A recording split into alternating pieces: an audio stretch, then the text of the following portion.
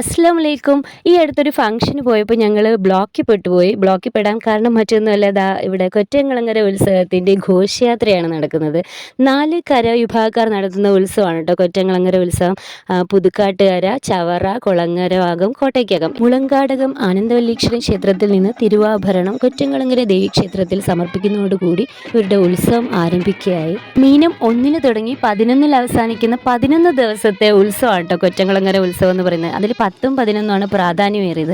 ആഗ്രഹ സാധൂകരണത്തിന് വേണ്ടിയിട്ട് പുരുഷന്മാർ സ്ത്രീവേഷം ധരിച്ച് ചമയവിളക്കെടുക്കുന്ന പ്രത്യേക കാഴ്ച നമുക്ക് ആ സമയത്ത് കാണാൻ പറ്റും. നല്ല ഭംഗിയാണ് കേട്ടോ അവർ അണിഞ്ഞൊരുങ്ങി നിൽക്കുന്നത് കാണാം. കേരളത്തിലെ മറ്റു ഉത്സവങ്ങളിൽ നിന്നും കൊറ്റംകുളങ്ങര ഉത്സവം വേറിട്ട് നിൽക്കുന്നത് ഈ ഒരൊറ്റ കാര്യം കൊണ്ട് തന്നെയാണ് കേട്ടോ. പിന്നെ ഘോഷയാത്രയിൽ ഇതാ കന്നാസും കടലാസും ഷാജിപ്പാപ്പനും എല്ലാം വളരെ രസകരമായിട്ട് തന്നെ അവർ അവതരിപ്പിച്ചിട്ടുണ്ട്.